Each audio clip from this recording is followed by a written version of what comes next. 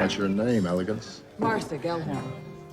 What was interesting for me was that she starts the film out and she says, I was probably the worst bed partner on 5 continents, yet she has this torrid love affair with Hemingway.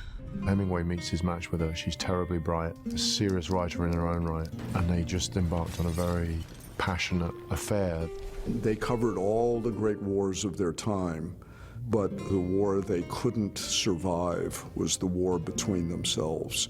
Get in the ring, Gelhorn. See what you're made of. It was based in chaos, and that's a sort of a riveting place to start a relationship, but it certainly produced this fantastic love affair that also produced great work for both of them. Okay, enough, Hemingway. I get it. There's a war going on. Don't trust anyone. Best way to find out if you can trust somebody is to trust them. They went from country to country. They became war correspondents. He left his wife. You think that this Gelhorn cares about you? She will leave you a broken man. Life was thrilling. Our job is to give voice to the voiceless.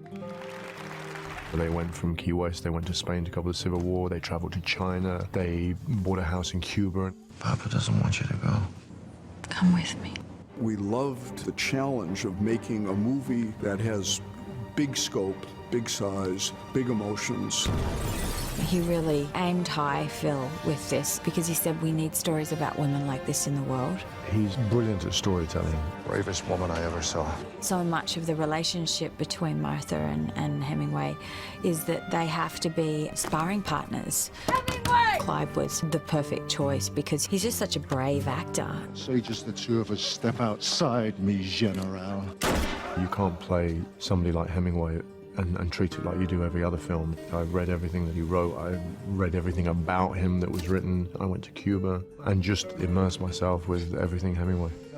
A lot of the movie is the two of us together, and it was a huge thrill that Nicole was Gelhorn, because she's such a phenomenal actress. Someone has to go. Someone has to write about this. I mean, someone has to leave.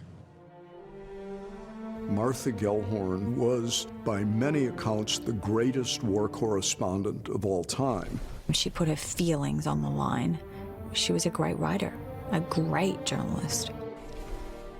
Wherever there were troubles going on around the world, she wanted to be there and to be writing about it and reporting on it. It's over! It's enough! I made you! Stories about women that did things that weren't the norm, that actually show us how to do it. I think they're important stories.